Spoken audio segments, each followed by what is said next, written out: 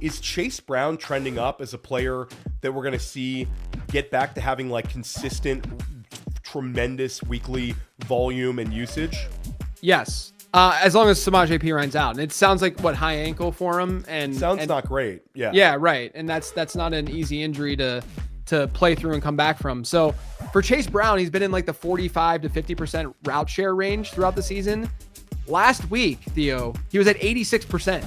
Like, that is a beyond elite route participation rate for a running back. And so if we get that, great schedule for the Bengals rest of season for the offense to do well. I'm not going to be surprised if Samaje Perine's out and we get that kind of route participation from Chase Brown, that he's a high-end RB2. What? Why are you shaking your head? You're welcome.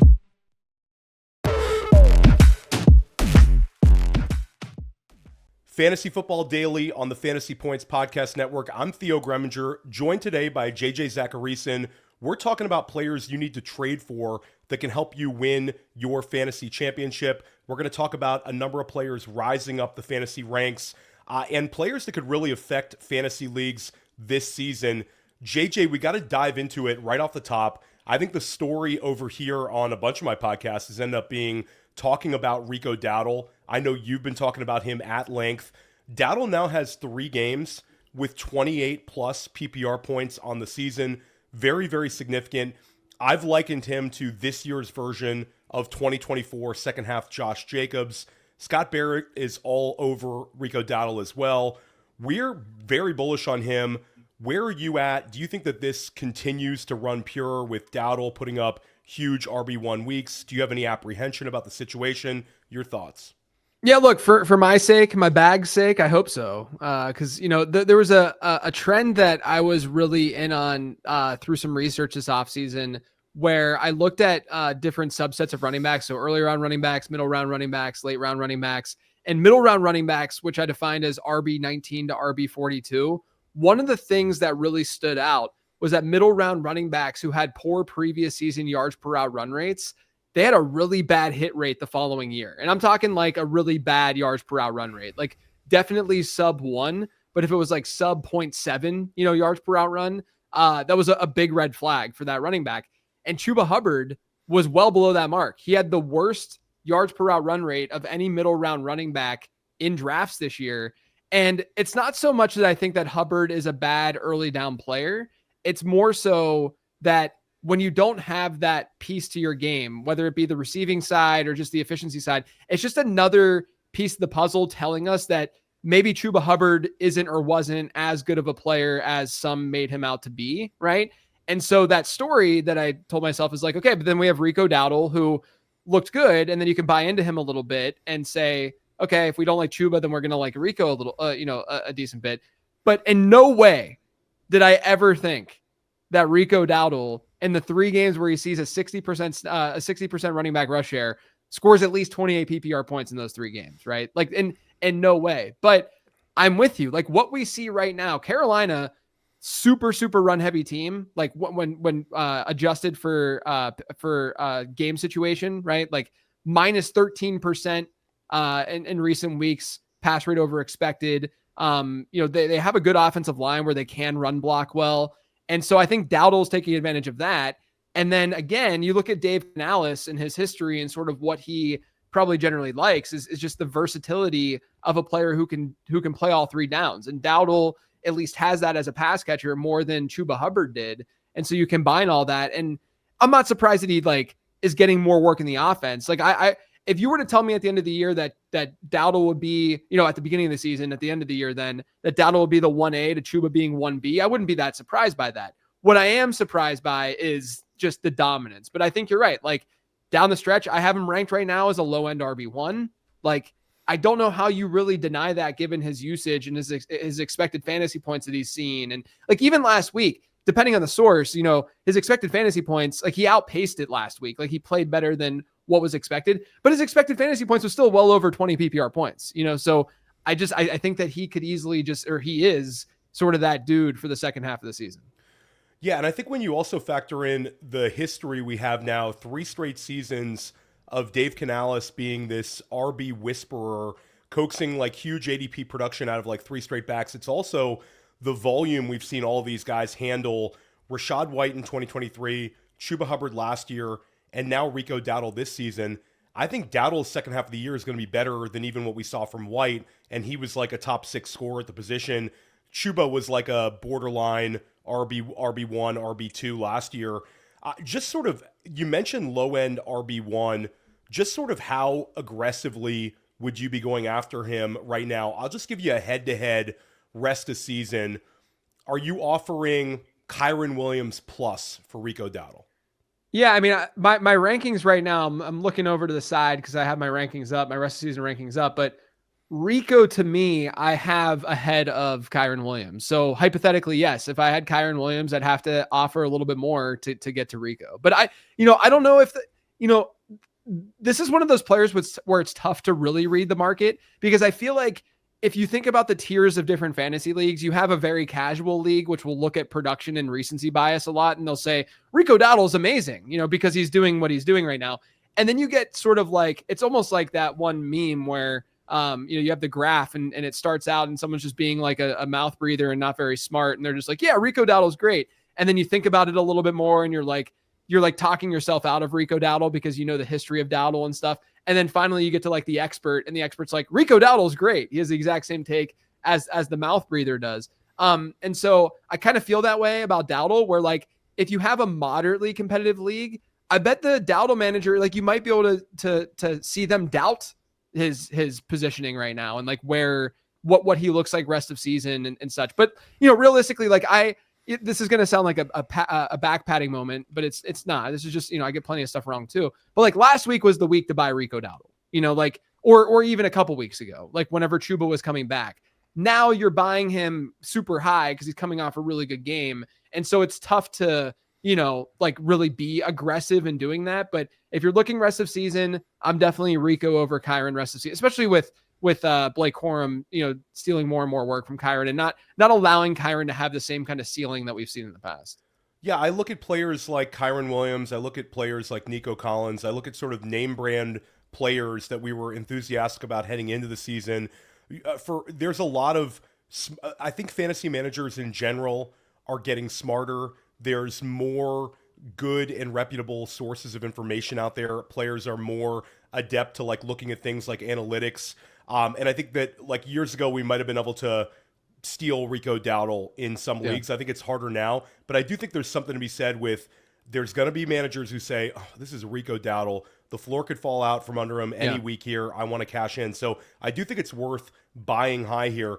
Want to sort of talk to you about trade strategy in general. We're going to talk about a couple more players that I know you've signaled out as potential buys, but just the way you approach trades in fantasy, the ways you've approached successful trades over the years. Scott Barrett's talked about power law players here a lot. We do School of Scott together. You've been on School of Scott a couple of times. Scott's always talking about sort of like these excessively aggressive 2-for-1 trades, some 3-for-2 type moves. And these can be a little polarizing. Every time we sort of share that, there's a bunch of people in like the YouTube comments will say, not in my league, bro. I'm doing the opposite. I'm cashing in on some of these guys, and I've had great success.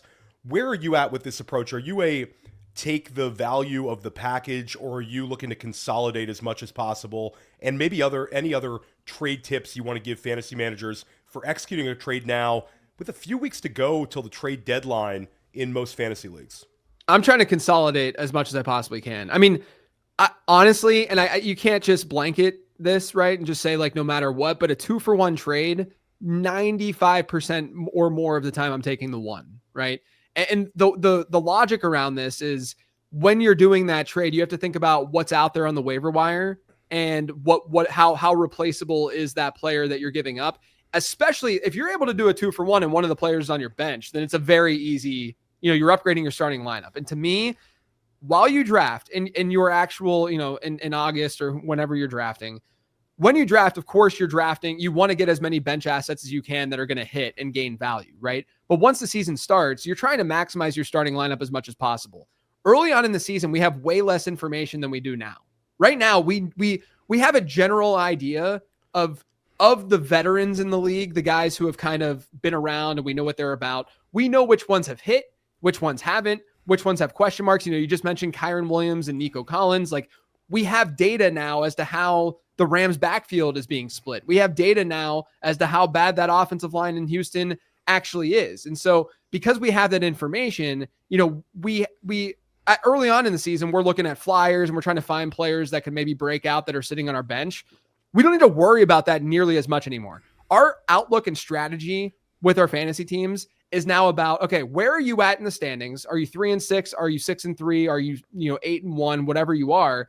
If you're in a good position, you should be playing more for the playoffs, thinking about maybe if you have Kyren to make sure you have Blake Corum as a handcuff. But if you're a 3-win team, you need to invite more variance onto your squad, where if you don't have Kyren Williams, get Blake Corum, right? Like, get a player who becomes that RB1. You could argue this for any team, but get that player who becomes that RB1 and don't play for safety. Like, do not handcuff your own running backs if you're a 3-win team right now, because you're needing to invite that variance. And so I say all of that because all of that matters when you go into a trade.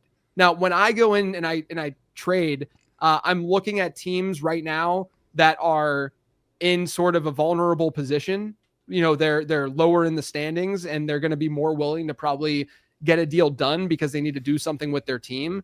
But also, the number one pet peeve that I have is when people say, what should I give up for this player? Or the opposite, I have this player, what should I get for this player, right? I have Kyren Williams, who should I trade for? And the answer to that is look at teams across your league and find which teams need a running back, right? That it's no different than literally anything else in sales, right? Where you're trying to give a need to someone else where you can be mutually beneficial and find that common ground and do a trade that way, because both teams should win in the end. Like, that's what trading is all about. And that's why I hate same position for same position trades. If someone's like, oh, I want to swap Kyren Williams for Rico Dowdle. Well, someone's going to lose that trade, right? Because one of those players is going to be better than the other player. But realistically, if you add another player to the mix, if it's a lower wide receiver, or if it's a wide receiver for a running back and you're helping both teams, that's the way you should be approaching that stuff. But, this time of year, I do think that when you're trading, you have to think about where your team is just generally at within the positioning and whether you should be looking at the playoffs, whether you shouldn't be. And that's what I try to kind of walk through and talk through in like that 15 transactions article and podcast each and every week. Yeah, I love a number of the points you just made. I think that the handcuff strategy, that's one that you're continually hammering home and one that I very much agree with. If I like my team this time of year, I want to handcuff the backs that are most important to me, even if it means I have to sort of be aggressive. If I have Bijan Robinson, I want Tyler Algier, etc. I think that's a great way of going about things if the playoffs are in my sights. I think another low-key sort of edge that's out there in redraft leagues is finding fantasy managers that are a little bit more desperate for wins and taking players that are on the bye week currently. Yes. A lot of times you can get 80 cents, 90 cents on the dollar, even on some very elite type assets, because these fantasy managers know that I really need to get this win in week 10. I've got to play catch up here. Maybe I'm a losing record. Maybe I'm in the 8 seed right now. Your thoughts on that? Yeah, no, 100%. I try to talk about that. Even when I give recommendations, it's like, just be aware that there's a bye week. But when there's a bye week, you can often get players for cheaper. Same deal if there's like a short-term injury, which we'll get to in a little bit with some of these players that we're going to talk about. But you can take advantage of those like 1 week things where if you're in a good position, then go after that player because you know that you can afford to take that hit in that given week. And, to what you were alluding to with what Scott believes in, and I believe 100% as well, don't overstate a player that's on your bench or even your starting lineup in a flex spot that's just like a little bit above average or even just replacement level, right? Like, those are the players that we should not care that much about in fantasy football. And it's really hard, I think, for the fantasy manager to wrap their head around that, because when you tell them that, they're so concerned with floor outcomes and not ceiling outcomes that they'll push back. Like a good example of this is that it could end up being an L still, but this is me just talking process, right? There were 2 middle round wide receivers that, there were many of them. Like, I didn't like Jerry Jeudy too, but there were 2 middle round wide receivers that didn't that I was underweight on this year, and I got the most pushback for. Okay, those two guys were Courtland Sutton and Zay Flowers. Now, Zay, I'm more concerned about being underweight on because I think that he could. I even had him as a buy a couple weeks ago. But the reason why I had them as players that I wasn't going to aggressively target, like they were fine. If I were to rate them as a 10 out of 10, if I was aggressively fading, it would be like a 5, right? It was just kind of in the middle. But the reason I had them is because they're players that have proven to us that they don't have like monster ceilings, like season long ceilings, right? Zay's not used that much in the red zone. We know that. And Courtland Sutton, we've seen now is just a roller coaster. Like it's just it's inconsistent play. And he's just not been that dude, throughout his career. And so, and look, I'm not saying that this is a W or an L. I'm saying this strictly from a philosophical, process-oriented standpoint. I'd rather take a chance on the higher upside type players. But when you say those things, people are like, but those guys are going to give me something. Yes, they're going to give you something. They'll give you a better floor than Teteroa McMillan would, around the same range, or a George Pickens even potentially, or some of the other players that were in that, or JMO, right? JMO went the opposite direction, right? They definitely give you a better floor than that, but floor doesn't win fantasy championships. It's usually ceiling. Now, there are instances where I'll buy into floor a little bit when the sentiment is really, really low and where I think there could still be a ceiling. And we'll talk about a player like that in a second as well. But I do think that one of the key things that people just need to wrap their head around, in my opinion, of course, is this idea that like they need a floor and consistency and all of that no, you just need league winners. There's like 15 to 20 dudes in fantasy football right now that are crushing fantasy football. And if you have one or two of them or three of them on your team, you're good. If you drafted Christian McCaffrey and then you got Jonathan Taylor, you're feeling great right now. It doesn't matter what the rest of your roster looks like, and because you can get guys off the waiver wire and you can figure out what to do with those guys later. And that just plays into trading. Just trade away some of those guys in order to get the guys that this time of year are just completely smashing. Yeah, and it's also the ability to put up consecutive spike weeks. Those power law type players give you that, whereas some of the players that some fantasy managers it's like the fake allure of the safety of like a low-end RB2 or a mid wide receiver 3. Yes. Yeah, it makes filling out your lineup easier, but you can find like maybe a point less on the waiver wire in a lot of shallow leagues. JJ, let everybody know, you mentioned the transactions. Listen, I love getting your emails. Thank you. Your emails are they're very clear. You sort of summarize your podcast very, very well. The 15 transactions, you also do the data dump. Let everybody know sort of how they can find that and what else you have going on this time of year. Yeah, the podcast is definitely where things are kind of driven. It's all on lateround.com. You can sign up for the newsletter absolutely free. Like you said, send out a data dump, do the 15 transaction stuff on there. And then in the off season, like I mentioned, that yards per out run research, like I had an article sent out, over the off season through that newsletter that talked about that kind of thing. It's a pretty nerdy newsletter, but hopefully us fantasy nerds, anyone listening to this, you're a pretty hardcore nerd. So you'll probably dig it. Yeah, we love getting it. Shout out to all the podcasts you've done over the years too. Just absolute fire. Highly recommend your work. And one thing that I think it's becoming more and more synonymous with you. I mean, you got the best ball thing going on, of course the redraft thing going on, but it's the dynasty players I think really are starting to appreciate the work that you put in every single offseason on evaluating not only the rookie class, but you also add in the way that you examine the previous year's rookies and how you view them heading into year 2. Just sort of like a how the sausage is made thing. Let everybody know about that. And when does your process start? Because you cover so many players and so much information seemingly in a very short period of time between the end of the season and when you actually drop the guide. Yeah, so I have the late round prospect guide where, like you said, I look at every running back and wide receiver that's at the combine. So usually that's like 80 plus players or so. And I'll do a profile write up on every single guy. It's all pretty data oriented. I watch them all too, but I'm coming at it from a model. Like I built a prospect model that helps predict how well these guys are going to perform during their first 3 years in the NFL. And then I write about that. And then there's the year 2 model that you were alluding to, where I look at the previous year rookie class and I try to see how well these guys are going to do in year 2 and year 3 in their NFL career based on their prospect scores and how they looked coming into the league, as well as how they performed in year one, right? So that's still, I mean, if you're interested in that, that's still available on lateround.com for this past year. Don't get too upset if I miss stuff, because obviously prospecting is just a very, very difficult thing to do. And there's definitely been some misses, cross your fingers that we get something from Bashal Tootin at some point.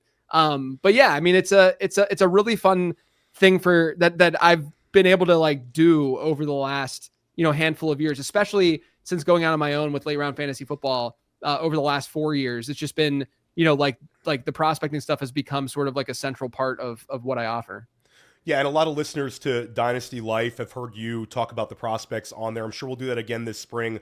Yeah. One player who I know we'll end up kind of talking about 2026 ceiling with, that's sure to be a redraft riser over the summer, is Emeka Egbuka. Egbuka was started off the season about as hot as a rookie wide receiver not named like Puka Nacua ever did. Egbuka started the year just on fire, put up so many strong spike weeks. He had a wide receiver 1 overall week in week 5, had a wide receiver 4 overall week in week 1. But the last few games have not been kind to Egbuka fantasy managers. He's failed to hit double-digit scoring weeks in any of the last 3 games. It's led to sort of a victory lapping from like the Egbuka faders and haters on X. I'm kind of on the opposite. I view him as a player that we should be buying for the second half of the year. Dealt with that hamstring scare. Maybe that slowed him down in week 6 against San Francisco. Sort of your thoughts here, JJ, like where are we at on Egbuka? Should you be buying or selling Egbuka? Yeah, look, whenever there's a random like difference in production, right? Like you could do the same thing and go through the same process with Rome Odunze right now and figure out why. And that's what I try to do. I think that's what any fantasy analyst needs to do. With Egbuka, the story to me is that in week 6, he had a poor outing, but he hurt his hamstring, right? That's why he didn't play the second half of that game. We thought that he was going to be out for at least a couple weeks after that hamstring injury. He comes back in week 7. That was that game against Detroit. And if you remember, the first part of that game, he wasn't out there on every snap. Like he wasn't running routes on every drop back to start that game against Detroit. He only started to because Mike Evans got hurt in that game. That was the collarbone game. And so then they're like, well, look at what we got at wide receiver right now. We got to throw Emeka Egbuka out there and let him do his thing. And he still, like, he didn't have that much production. The offense in general didn't have that much production, but he still had a 24% target share despite coming off an injury, not practicing all week as a rookie, right? And then week 8, where he gets full practices in, he's finally seemingly back. They play New Orleans, and once again, the offense just couldn't get things going. Like the offense itself has not been that strong over the last few weeks. And that obviously is going to trickle down to the rest of the players within that offense. Baker Mayfield had consistently over the last year had a touchdown plus in every single game. And now I think he has 1 passing touchdown over his last 2, which is just something that we just don't see from Baker within this system. I think Baker's been a little bit banged up. I mean, you watch him and you're like, yeah, he's definitely not feeling 100%. It's just one of those things where it's like, you don't necessarily like take your star quarterback out based on these like bumps and bruises, but there's definitely a lot of that going on with Baker. And so I think that you can look at the hamstring stuff and say that's a key reason why Egbuka didn't have the numbers that he did. And then, like I said, against New Orleans, he had a 37.5% target share. His usage hype, like technically has been better over the last 3 weeks than it was earlier in the season. So if you were hype about what he was doing earlier on in the year, you should be even more hype right now because he's the same player. He has more opportunity with now we know Mike Evans is going to be out for a while. Chris Godwin now probably not back until early December, they're saying. And so to me, I'm going to buy into what I think is a really good talent. The prospect model really liked him. I loved him entering the season, and I'm gonna buy into that more. Like he's a good player in a good situation, and I don't want to let that go. Yeah, and I think there's also something to be said that smart teams, smart offenses get it right. And there's self-scouting and evaluation coming out of the bye weeks. Usually we see a little bit better win rate for certain teams coming off of their bye week. This is a big matchup for Tampa Bay. And when I agree with you, when you look at like the underlying metrics for Egbuka, 21 targets over his last 2 weeks, we look at how the season started, we could end up seeing a number of these spike weeks sort of occurring. It might even start this week against New England. I think he's a really good quote-unquote buy low. I also think if you're a dynasty manager listening to this, He's still steamed up, but I feel like there's a chance that he gains a little bit of value over the course of the season. I think when we're talking about him, next July, next August, we're going to be talking about Egbuka as a second-round player in 2026 redraft leagues fairly easily based on what I'm expecting over the second half of the year. One other player that we saw come back from a hiatus was injured for a little bit, Aaron Jones. This is a player that you've written up as a buy. When it comes to Jones, doesn't look like a guy coming off an injury. The juice is there. And then he took the shoulder, AC joint thing. Sounds like he's going to play. It's a little bit up in the air for this week, but it sounds like if he does in fact miss, it would be something very, very short term. The Jordan Mason dream sort of looks like it's dead, barring a Jones injury. What's your enthusiasm level for acquiring Jones for the second half of the season and then heading into the fantasy playoffs? My enthusiasm is definitely higher than the market, right? And that's what this always comes down to, is what's the general sentiment with Aaron Jones? And I guarantee you that whoever has Aaron Jones in your league is not jumping for joy that they have Aaron Jones, because he hasn't done much this year, right? But before that injury, this is from Dwayne McFarland of Fantasy Life. He had tweeted about this, but before the injury, Jones had a 77% snap share, 68% route share, 13% target share. He was a borderline bell cow for Minnesota before he went down with that shoulder injury. Jordan Mason, for whatever reason, I do rest of season rankings and such for late round. And I always, after I finish my rankings, I like to compare where other analysts have their rest season rankings, just because then I can say, oh, I'm higher than this guy than the quote unquote market. And maybe this is a buy candidate. People are still ranking Jordan Mason ahead of Aaron Jones rest of season. And it blows my mind.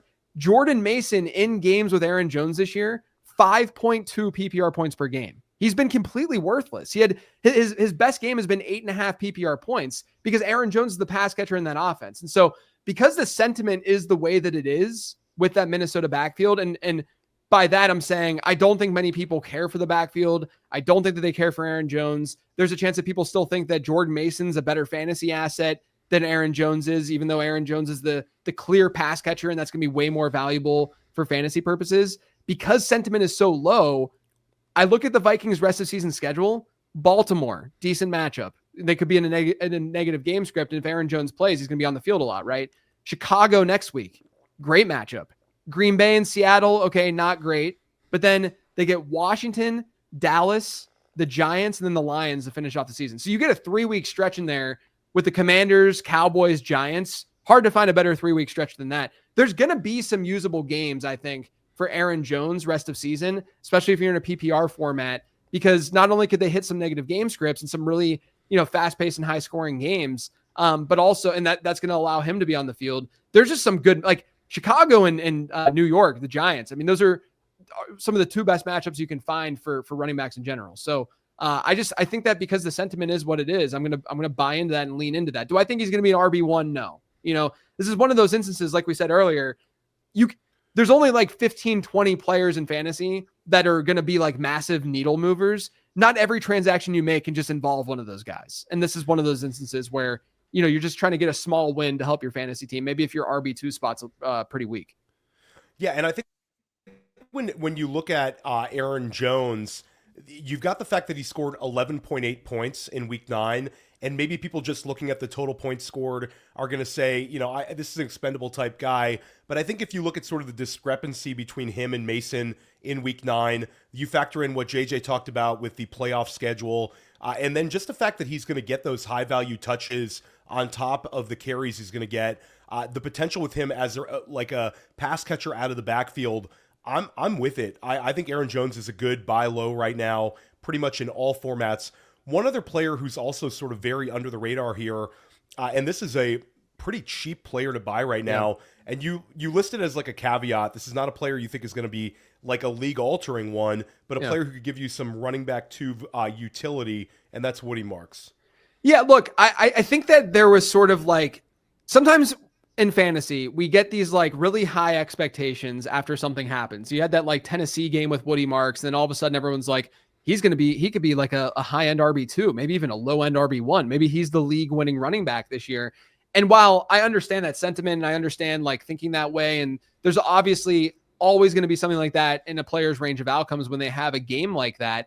Woody Marks as a prospect was not someone who was amazing on the ground, but was a great pass catching back. And that in fantasy football is okay, especially when you're on a team and in an offense that doesn't have that kind of the player, right? Like Nick Chubb is not that dude. But Woody Marks has not been that great on the ground. Like make no mistake. Like I'm not trying to sell this as Marks being even significantly better than Nick Chubb. I don't think that he has been significantly better than Nick Chubb on the ground, but he's seen since that breakout game a 46% running back rush share per game. So basically a 50-50 split on the ground with Nick Chubb, and a 10% target share within that offense. His expected fantasy points, depending on where you're looking at it, around 13 PPR points per game. He's been a point below that. So there is a little bit of favorable regression that would be coming for him. And he's also their 2-minute back. He's played 86% of their 2-minute snaps since week 4. So any negative game script, unlike a Nick Chubb, you don't have to worry about that much for Woody Marks. So what would we be looking for with a guy like Marks, who's the negative game script back, not game script dependent, but then also is getting half of the team's running back rushes? Well, it's you want a good running back matchup, and then you want a potential like more of a not total negative game script where like they don't even use any of their good players, like we saw with like the Commanders last week. But you want a semi-negative game script where they have to let loose a little bit and throw the ball a little bit more. And if you look at their rest of season schedule, they get the Jags, not a bad matchup just in general. The Titans, we already saw him destroy them, and not a bad matchup, obviously on the ground. The Bills, not a bad rushing matchup, but also negative game script potential. The Colts, another one where negative game script potential. The Chiefs, negative game script potential. The Cardinals, just a decent matchup. The Raiders, a decent matchup. And then the Chargers, which is another negative game script potential. So there's all these games in there. Like their schedule's tough, right? Like we're talking about the Bills, the Colts, the Chiefs, the Chargers. Those are not Nick Chubb games. Those are Woody Marks games. So the way I see this, again, going back to what I said with Aaron Jones, general fantasy sentiment, no one really cares about Woody Marks right now because he's not doing that much. And he'll have these games where he only scores like 3 or 4 points. But to me, in a PPR format, I think there's going to be somewhat of a baseline as we move down through the rest of the season. He's a rookie. Maybe he gets a little bit better. Maybe he gets a little bit more reps as well. There's at least a little bit more upside. I don't think he's going to be a bell cow. But again, some of us out there, including myself, are struggling pretty rough in some leagues in our RB2 spot, right? We punted it and we didn't hit on it. And now we're like, what am I doing at RB2? He's at least someone that we can throw in there and he could give us some points. Yeah, I'm still waiting for my guy, Omarion Hampton, to come off of a couple of IRs here, JJ. What's interesting is we've talked about 2 rookies here, and you mentioned, this sort of getting a little more work over the second half of the season. This is something that Scott and Ryan Heath wrote about in the Everything Report, sort of how we see it season after season, where we're going to see some of these rookies that get ramped up down the stretch. It's not always the obvious guys. I think Mark sort of falls into that one. Anybody who experienced like Jalen McMillan last year over the second half of the year, I think that's a good example. But we see it almost every year. Talk about that a little. Yeah, I mean, the research I've done for sure has shown that, especially, when it comes to like earlier round players, you're not going to necessarily see the discrepancy as much. I've seen a lot of people like in my Discord and stuff being like, oh, I want Emeka Egbuka because he's going to break out during the second half of the year because rookies do better. Well, Egbuka was amazing in the first half, so let's not assume that his numbers get even better in the second half, right? Because he was a good player. He already saw his opportunity. He's already getting those reps. It's more so the day 3 guys that you should be interested in. Amon-Ra St. Brown's probably the most famous one that was able to come through down the stretch for Detroit during his rookie season. Then obviously it extended, and now he's one of the best wideouts in the league. But it's like we see a very, very big jump in points per game from first half to second half, with more of the day 3 guys who had to climb their depth chart a little bit. They weren't obvious starters for their team right away. And once they get their time to shine, they're shining and they're good. And also some players, like they're all human, right? Like some players just need more reps to get used to the game and then maybe show out. So rookies, generally speaking, it's not all rookies, but generally speaking, they do better in the second half. All right, so it's November, and this is the time of year. It's like the seasons change, and Derrick Henry starts to ramp up his production. There's been a number of people, sort of like Scott included, talking about the statistic of rushing yards per game, how they get better from September to October to November. You talked about Henry in one of your recent emails, JJ, in one of your recent podcasts, about how he only has 20 points once on the season, did it 8 times last year. But I feel like the volume is starting to really, really ramp up and look very positive. We've had 3 straight weeks now with 19 or more carries, and 3 straight weeks where he's finished as RB 14 or better. Lamar Jackson, of course, is back, and the Ravens control their own destiny here with 4 out of their next 6 games against AFC North opponents. I think this is the time to go buy the big dog in fantasy. Are you on this as well? Yeah, I think that you should at least feel bullish more than bearish with Derrick Henry. I think the key here, not only do we know that he's performed better, in winter and in December, November and December months or what have you, but I think what's really, really key here, and again, Lamar Jackson's back, so that's the biggest key, right? But look at their schedule. This week they get Minnesota, where they're road favorites, okay? And so we're sitting here and we're like, okay, maybe not the greatest matchup on earth, but it hasn't been that bad this year. And then, but they're favorites. So there's not really the possibility as strongly of a negative game script. And that's always the fear with Derrick Henry, because they use Justice Hill in those negative scripts. Like they just completely, Derrick Henry will be outsnapped by Justice Hill in some of those games. And then you look at their upcoming schedule, Cleveland after this week, right? They're going to be massive favorites next week. The Jets after that, the Bengals, the Steelers, which is always a close game. So I think Derrick Henry will be on the field a lot. The Bengals again. And then it's New England, but that's in Baltimore. And then they get Green Bay, right? So like every game up until maybe the end of the season, maybe, but by that point, I think Baltimore's, their defense is already playing a little bit better. Like by that point, they might just look like a more cohesive team. Yeah. Like Derrick Henry's probably going to be on the field a whole lot versus what we've seen at times to start the season, because they didn't have Lamar Jackson creating those positive game scripts for them. Yeah, I think there's a chance that Henry could end up being like a top 5 running back rest of the season. He's going to have to run pure on the touchdown scoring, but like you said, the schedule sort of would support that one. And I do think there's some Henry managers that are a little bit frustrated. This is a player that I think you can go out and buy, and it's also sort of your yearly reminder, if you're a dynasty manager listening to this, go in and get the big dog for the stretch run if his team has a losing record. And then he's not going to 0 next year, JJ. I wonder how long this guy's going to play. I don't know if he can catch like Emmitt Smith, but right now he's up there. He's top 5 in rushing touchdowns for his career. Chance he could run pure and I think catch Marcus Allen this year. So we're going to take a look at trying to get Derrick Henry in some of these fantasy trades. Speaking of trades, we just had the NFL trade deadline. Wanted to pick your brain on Jakobi Meyers, who's now a Jacksonville Jaguar, and Rashid Shaheed, who's now a Seattle Seahawk. We've seen it where sometimes a trade can lead to big-time fantasy success. We've also seen times where a player like Amari Cooper gets traded to Buffalo, fantasy managers get excited about it, and he does literally nothing. Where would you lean on these 2 players? Are you interested in acquiring either of them? Maybe who are you more bullish on of the 2? Your general thoughts on these 2 landing spots and these 2 players' trajectories. Yeah, I think that it's not a surprise that those were the 2 wideouts that got moved, or at least important wideouts that got moved at the deadline, just given their contract situations and what the teams were, how the teams are performing. And I think that the surprise was more so who the teams were that got them. But when you dig into it, it makes a lot of sense, in my opinion. I think that Jakobi Meyers has sort of been typecasted as a slot guy, but he's been fine on the perimeter. Even last year, I think he had a 1.9 yards per route run rate when running on the outside, which is strong.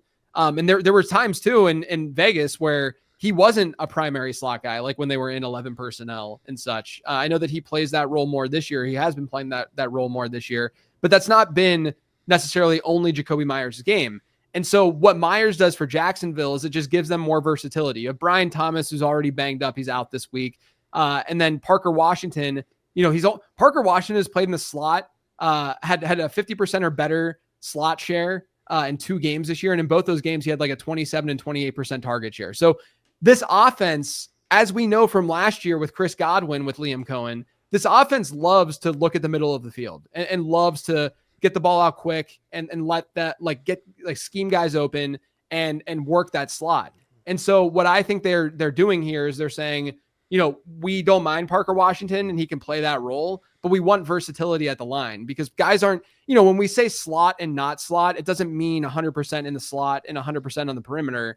Guys move around the line all the time. This gives them a lot more flexibility to get a guy who can play inside out while allowing Parker Washington to still play that more natural role for him, which is the slot. So do I want to go out and aggressively buy Jakobi Meyers? I don't think so. But I don't think he's I think it was an upgrade for him based on where he was, right? I think in my rest of season rankings, he's around wide receiver 43 or something like that. So you're looking at a wide receiver 4 type player, mid-range. And that's baking in the fact that maybe this does go really well for him because I do think he's a good player.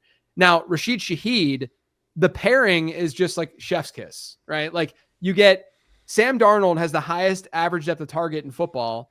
Rashid Shaheed had an 11.3 ADOT this year. But last year with Clint Kubiak, who's obviously in Seattle, last year, Rashid Shaheed had an 18.1 average depth of targets. You're meshing this big-armed, will throw it down the field player in Sam Darnold with a player like Shaheed. The biggest problem with Shaheed from a fantasy perspective is the Seahawks are second in the league in their 12 personnel deployment. Only Pittsburgh is running more 2 tight end sets than Seattle is. Seattle loves those big bodies, those heavy sets. And so what that means is that you're only getting 2 wide receivers in the field at once. And we know that one of them is Jackson Smith and Jigba. So the other player is it Cooper Kupp. Well, he's a good blocker. He can still play that kind of role for them. And so does that limit Shaheed's overall route volume? I think that we should feel confident that he's going to jump like a Torrey Horton type because Shaheed can play all 3 levels better than a Horton can at this point. I'm bullish on Horton long term, but this year I just don't think it's necessarily going to come to fruition the way that we would want it to. But with Shaheed, you have a player that can play at all 3 levels. He can stretch the field really well. I think from a real life standpoint, it was a great move for Seattle because he can stretch the field, maybe even open up some run lanes because their running game has been so bad. And then obviously create big plays on his own and gives them more depth, not have to rely on a player like Torrey Horton, who's a day 3 rookie. But my only fear is that he's not the dude that's going to be on the field a lot or as much as we want for him to be a consistent fantasy option, right? Someone who's more boom bust, and those booms could be boom. They could be pretty big games. So I have Shaheed a little bit ahead of Jakobi Meyers in my rest of season rankings just because I like the fit so much. But I am trying to hold myself back and be I love the fit, but I just don't know what his route share is really going to look like. Yeah, I think I'm very bullish on the Shaheed acquisition. Gets reunited with Clint Kubiak. We've already seen it. He's already talked about it. I don't think the ramp up is going to take that long. And I do think that the 11 personnel thing for them, the lack of it, had to do with the personnel that they had out there. Yeah. And I think that adding Shaheed could potentially open things up. Cooper Kupp, when he comes back, I think could really just be the wide receiver if they choose to go with a little bit more 11. But I'm bullish on Shaheed. I think that he gives you that upside. You talked about how Sam Darnold is just so good on those deep passes. And I think this is an offense that we really believe in. I think Kubiak is being on his way to getting a head coaching job. And I think we're going to see it over the second half of the year. I also like what I've heard about how they view Shaheed as a long-term answer for them at the wide receiver too. They're saying all the right stuff. I also think that you bring up the running game. I think it's a non-zero chance that we see Shaheed on some jet sweeps, get the ball in his hands, use that elite speed to maybe steal some 10-yard type runs to help this thing get going. So I'm with you on this one. We got news while recording. Brian Thomas is set to miss this week's game. So we're going to get a chance to see Jakobi Meyers, and JJ, maybe he ends up having a pretty good game. So a lot to talk about next week if that happens. Let's stay with the team on a bye week. A lot of people have talked about, obviously, I'm sure you've talked about at length, just this unbelievable success story with Joe Flacco. Then we talked about the Joe Flacco bump for Ja'Marr Chase. Ja'Marr Chase on his way to potentially having back-to-back wide receiver 1 overall seasons. Then this past week, a lot of people are talking about T. Higgins. T. Higgins had the smash week in week 9. Higgins is now averaging 19 points per game in games Joe Flacco started. But now we got to talk a little bit about Chase Brown. And I think it's interesting because sometimes these injuries, we always think about injuries to starters, sort of opening things up for backup running backs. But sometimes there can be a third down back or a backup running back who maybe has a larger role than some people would look at. Samaje Perine now banged up. Is Chase Brown trending up as a player that we're going to see get back to having like consistent, tremendous weekly volume and usage? Yes. As long as Samaje Perine's out. And it sounds like high ankle for him. And sounds not great. Yeah. Yeah, right. And that's not an easy injury to play through and come back from. So yes, I think that's a huge deal. Not only that, but Brooks, their rookie, is not someone that is an exceptional pass catcher. And so if they're going to be throwing to the running back, it's going to be Chase Brown. Just given their depth chart right now. So he's been around like the 45 to, so the way that pass catching at running back just generally funnels and functions is, we look at receptions and targets and yards, right, as like the baseline. And then from there, we're looking at target share to see what percent of those targets are going to the running back. And then from there, we're looking at route participation, right? How often is that running back actually being deployed on a drop back? And oftentimes you can spot regression if target share is really high, but route participation rate's really low, or vice versa, right? For Chase Brown, he's been in like the 45 to 50% route share range throughout the season. Last week, Theo, he was at 86%. Like, that is a beyond elite route participation rate for a running back. And so if we get that, great schedule for the Bengals rest of season for the offense to do well.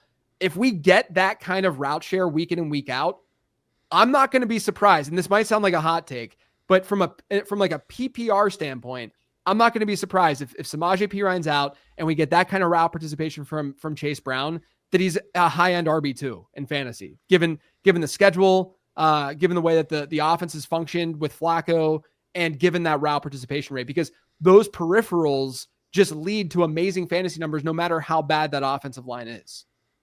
Yeah, I love it. And I think Chase Brown last year was like this high-end RB1 down the stretch. Now the whole narrative has been so negative towards him for the whole season. I think it could be like a narrative shift down the stretch. It's an offense that just prints fantasy points. It's a perfect storm every week with that defense. That defense could be even worse coming out of the bye week. They lose Logan Wilson in that trade. And it's just a perfect storm. Hopefully, we love it. I know I personally do. Shout out to the IDP people out there. But I love these shootout environment type teams. Cincinnati might be the best one, allowing 33 points per game as a team this season. Keep it going, Cincinnati. Let's get some more spike weeks. Let's talk about a couple of players who are dark horse candidates to be league winners, in the sense that when people talk about the league winner, I don't think these two players are being talked enough about. Certainly, these are not guys that I would say would be the top scorer or even the number 2 scorer at the position. But I want to talk to you about Devon Achane and Drake London and sort of the elite usage we've seen from them recently. You talked about this one with De'Von Achane, about how he's had a 20% target share now in 4 out of 5 games, which some people might say, okay, whatever. But this has been an extremely rare feat for running backs this year. Yeah. Yeah, I mean, there's been 33 instances of it happening, and De'Von Achane has a handful of them, or has many of them. He's 4 in the last 5 games, so it's obviously he's seeing these high target shares. There's been, even if you bump that up to 25%, he has 5 25% target share games dating back to last year. The only player in fantasy football who has as many is Christian McCaffrey, which happened all this year because they're just peppering him with targets. And no one else has 4. So the only other players that have 3 are Bijan Robinson and Alvin Kamara. So De'Von Achane essentially right now is doing what like prime Alvin Kamara used to do, right? Where he was just getting peppered with looks, seeing crazy target shares, and he would end up as a mid to high end RB1 every year, right? And obviously it's not happening this year. But yeah, I mean, the Jonnu Smith move over the offseason was a big deal. It signaled that there could be more of those like dump off looks and short looks, to Achane. Obviously Tyreek Hill going down allows the target share distribution to change. And they don't have anyone outside of Jalen Waddle. Darren Waller's on IR. Nick Westbrook-Akine is not anything to worry about. Malik Washington's been horrible. And so it's really the Jalen Waddle and De'Von Achane show. And when you have so few options, target share is going to be really high. And that's why Achane's been able to thrive in fantasy. Yeah, I think Achane is just in a tremendous spot. It's like the back against the wall for Mike McDaniel. And it's the consolidation we're seeing where Jalen Waddle and Devon Achane, so much is going to be asked about for these guys. And the fact that they're going to get these very, very predictable target shares, they're both locked in. And I think that there's something to be said for chasing the like truly elite offenses. But sometimes when things present themselves as being truly consolidated, those are also great. Now, Drake London, this was a guy that I was really pounding the table for this past offseason. And through the first like 3 weeks of the year, I was sort of having to defend that a little bit. I know Scott wanted to sort of, ruffle my feathers on that one, but it's been anything but. Drake London right now looks like a dark horse candidate to be the wide receiver 1 overall for like the rest of the season over the second half of the year. Talk about this truly elite usage, 38 PPR points this past week, but it's really been like 4 straight weeks with double-digit targets, and there's no other wide receiver target competition whatsoever in the ATL. Yeah, I mean, Darnell Mooney's not living up to expectation at all. And I actually thought, like, I loved London this year, but I liked Mooney this year too. And he's just not been able to come through, whether it be due to injury or not. There was a little bit of a shift after the first few games of the season where they're using him like a little bit more in the slot. That's one thing that's changed for Drake London. He has about a 35% slot rate over this stretch that we've seen where he's been dominating. It was like 25 to 28% to start the season. But look, the bottom line with Drake London is 2 things are happening. He's getting peppered with targets. He's a 40% target share per game rate over his last 4, which is absolutely absurd. I don't think that's going to continue to that rate, but yes, it can be very high. But he's also getting down the field more. His first 2 games this year, he had ADOTs of 6.6 and 7.5. He hasn't been below a 10-yard ADOT since week 2. So you get this combination of, we always talk about average at the target and that we want them to be, want our depth to be higher because there's a larger chance for big plays and to big chunk plays and more yardage, etc. He's getting down the field and he's getting peppered with targets. Like, it's a combination that is yielding this kind of fantasy result. If that continues, yeah, he could easily be a top 5 wide receiver rest of season, maybe even the top 1. But I don't want to say it's definitely going to continue because some of the numbers are pretty insane. 40% target share is a lot. But yeah, I mean, like, I think that like rest of season, we should feel pretty comfortable about him being a top 10 guy. Yeah, and it's very kind of reassuring for me to see Michael Penix with this 3 touchdown pass game on the road in New England when we were sort of theorizing that this is going to be a home versus road splits, maybe an indoor-outdoor split. So really fun one this week. Do you like the Europe games? I mean, from the standpoint of the work that the extra sort of like extra work, because I have to update rankings in extra time and all that kind of stuff. No, I don't hate it though. I don't mind, Saturday mornings, getting my rankings done and then hopping on the Peloton and watching it, on the bike, doing that. Like, it gives me something to enjoy while I'm moving the legs a little bit. Shout out Peloton Flex. I have the Peloton treadmill. I think the treadmill is a better investment than the bike, but I know you're a big Peloton bike guy. Yeah. I love it. We're on the East Coast though, so shout out to you West Coast people who absolutely loathe it. We do get a fun one this week, Indianapolis, Atlanta, tons of fantasy relevant players. And Daniel Jones, certainly an interesting one. And Daniel Jones sort of a segue into like one of our last questions here. Drake Maye. And we could talk about a number of quarterbacks here. You're Mr. Late Round quarterback.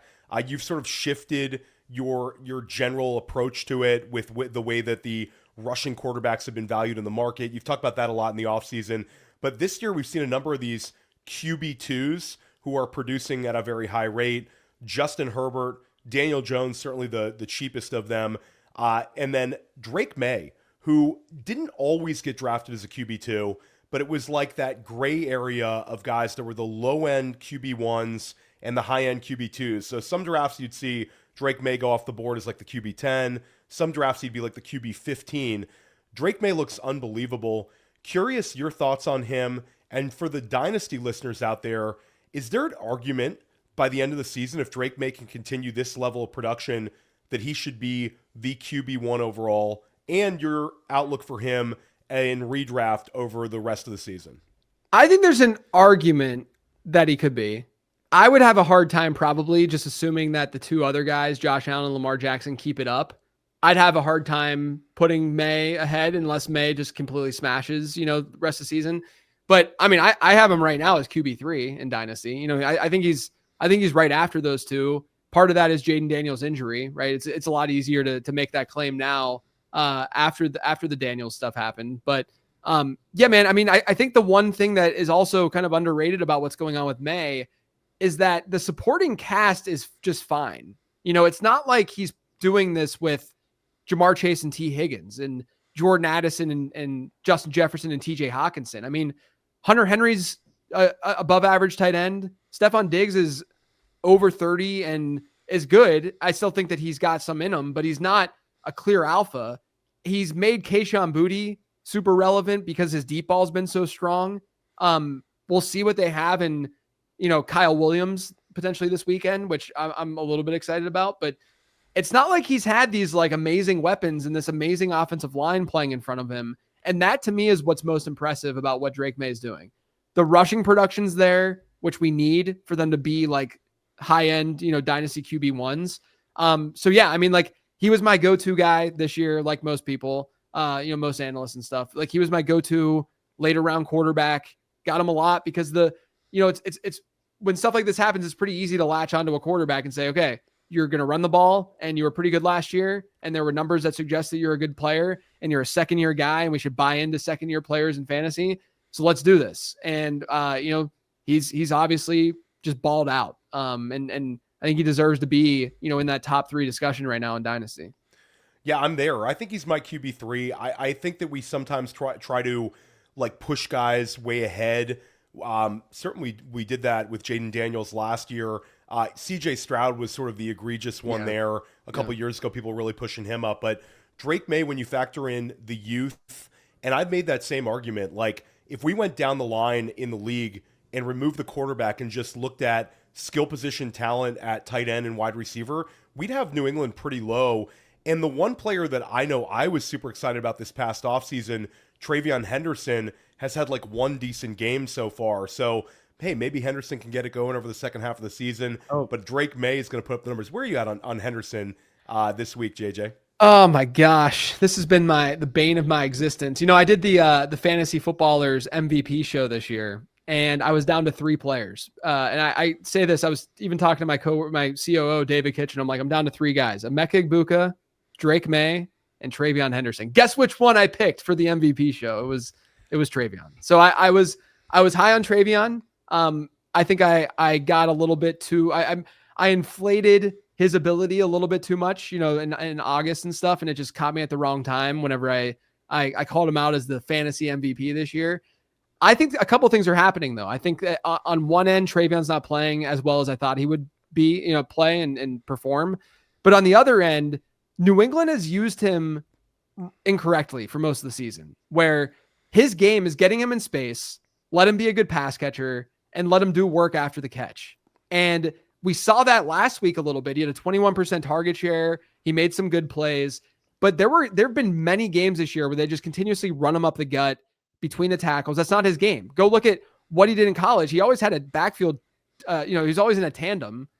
He wasn't this like massive bell cow. And the main reason for that is he's a great pass catching back. He was supposed to be good in pass pro, and he has not been, which is also a huge problem for him. But I think it's just this combination of him not playing quite as well as we thought. And, maybe just some of it could even just be between the ears and him not feeling super comfortable. But I thought he looked pretty good last week. I thought that last week was a good, solid foundational game for him. And then hopefully we see more of that this week where they're getting him those dump offs, allowing him to do more as a receiver. I was really tilted because I don't know if people watch the game or not, but I try to watch every game every week, and Demario Douglas scored that touchdown, and he came out of the backfield to score that touchdown. It was like TreVeyon Henderson could have easily scored that touchdown on that route that Demario Douglas ran. And so that was a little frustrating, but like there's instances like that where you're like, there's going to be opportunity for TreVeyon to score some more fantasy points, especially with this Ramondre Stevenson injury that he's dealing with right now. So, I'm bullish, but I'm trying to temper expectations based on how excited I was at the start of the season. Never take L's, JJ. Just wait, and your takes will eventually become correct. I'm still going to hold out optimism here. I think this could be like last week was the week that all the DFS guys were starting TreVeyon. I think it's going to end up being maybe this week. The Tampa Bay New England game, really sort of rooting for that game to be very, very fantasy friendly. This could be the Henderson week. JJ, we got to get you out of here. Let me know once again what you have going on, where people can find your work. Yeah, man, podcast pretty much every day of the week. So check that out, Late Round Podcast. And then everything else you can find over on lateround.com. Yeah, and stick with us here at Fantasy Football Daily. If you're watching this on Fantasy Points YouTube, do us a favor and subscribe to the podcast feed. And if you're listening to this as a podcast, subscribe to our YouTube feed. We're the fastest growing YouTube channel in fantasy football for a reason. Check out School of Scott with Scott Barrett and myself every single week. And Dynasty Life. I'm dropping Dynasty shows every week. Get those anywhere you get your podcasts. Stick with us here at Fantasy Points. We're going to help you crush your leagues this season.